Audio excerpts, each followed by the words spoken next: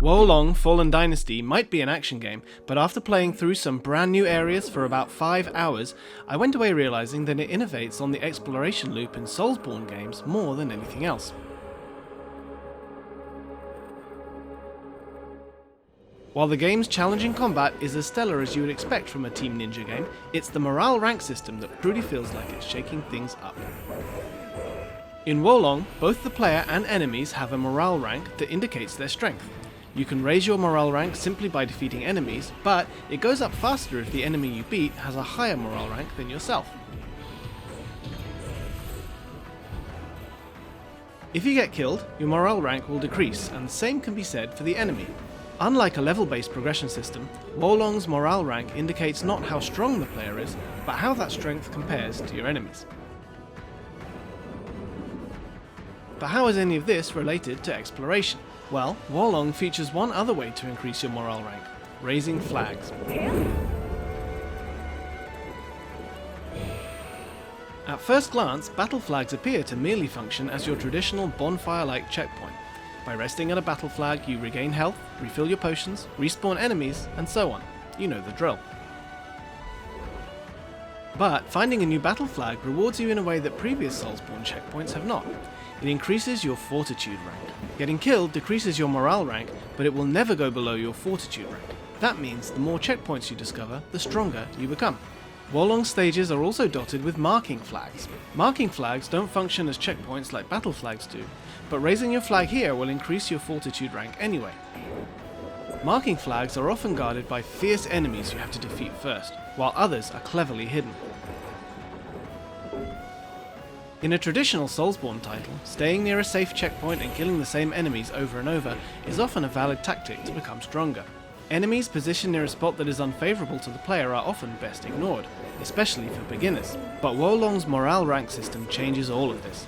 It encourages the player to go out and explore, fight tougher enemies and put themselves at risk. In return, they are rewarded in a way that playing it safe simply won't do. During my playtime through multiple stages, I found myself naturally exploring the map in its entirety. I was fighting optional enemies that otherwise wouldn't have been worth the risk. The morale rank system feels like a more natural way to gain strength and gives less skilled players the chance to still have a more varied experience. Fine display of battle prowess. Wolong is often compared to the Nioh series, and rightfully so when you look at its Soulsborne-like challenging combat. However, when it comes to mobility, a more appropriate comparison might be Ninja Gaiden. A double jump and no stamina restraints make it feel somewhat similar in terms of flow, both in its exploration and combat. Stages have been designed with the double jump in mind, as cliffs and rooftops of houses and even giant temples can be climbed. Items can often be found in such places, and figuring out how to get there serves as a fun distraction from getting killed by demons. You can do a plunging attack on enemies from above, and if you approach an enemy slowly, you will often be able to stealth kill it as well. This allows careful players to eliminate weaker enemies without having to fight them, much like in From Software's Sekiro: Shadows Die Twice. The key mechanic of combat is Deflect. Deflect is triggered by pressing the dodge button at the right time. It parries an enemy's attack while lowering the enemy's spirit. Once the enemy's spirit is decreased significantly, it is stunned and open for a powerful, fatal strike.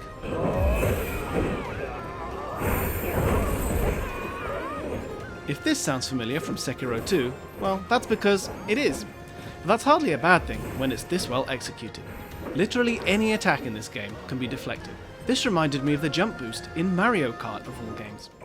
First, you think it's just a trick you can do when jumping off ramps, but later you realise that small things like a bump in the road or even the bouncing of those giant music notes in Music Park can trigger a jump boost.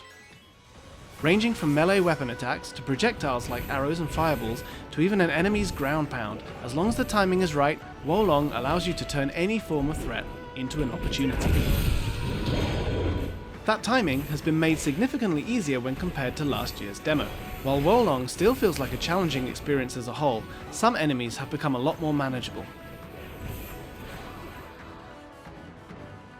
Another factor that made certain sections of my time with Wolong feel easier than the demo is the fact that often someone was fighting alongside me. As you progress through the game, you'll befriend Warlords, whom you can summon to assist you on the battlefield. While this is usually optional, there are points in which the story forces you to be assisted. From a story point of view, it might make sense, but as someone who always wants to tackle a challenge by myself, I couldn't help feeling that I didn't want my fellow Warlords to interfere. It's great as an option for players who don't want to play online, but find the game too challenging to beat without any help. I just hope that the story won't force it too often in the main game. What makes Wolong unique is how it borrows the parry mechanic from Sekiro and mixes that up with the diversity of Nioh. I've been able to try out about half of the 13 melee weapon types Wolong has to offer.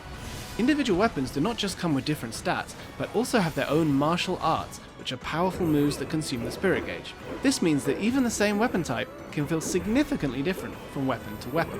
In Wolong, you can equip up to 2 melee weapons at the same time. The Deflect counter-attack is a move that deflects an enemy attack while switching weapons. As the name implies, it allows you to simultaneously deflect and counter-attack. It's a fun way to switch weapons, but when utilised as a counter, there's a bigger risk of getting hit, as the timing takes longer to get used to. At first, it felt like something that looked cool but wasn't really worth the risk, but I'm starting to learn how it could be useful for hit-and-run situations. This foe may pose us a challenge. The first non-humanoid boss I faced was Zuyan, a giant ape with heavy attacks that seemed scary at first. If you stay calm, however, you'll notice that its attacks are easy to deflect. As you might expect from a Soulsborne game, mid-bosses like Zuyan will reappear as normal enemies in later stages. Reuniting with Zuyan only to learn that you can now overpower it with ease gives you confidence, as you will learn just how much you've improved as a player. Of course, the next moment you'll get eaten by a giant crocodile and lose all of that confidence again.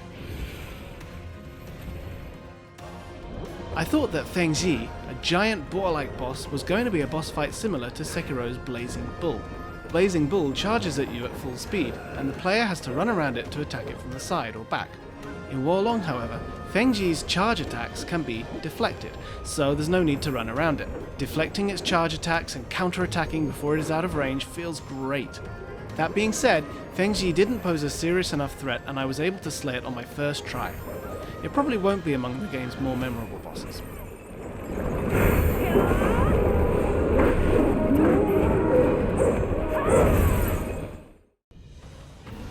Aoye, on the other hand, is a boss I won't soon forget. Its eerie creature design alone is enough to leave a lasting impression.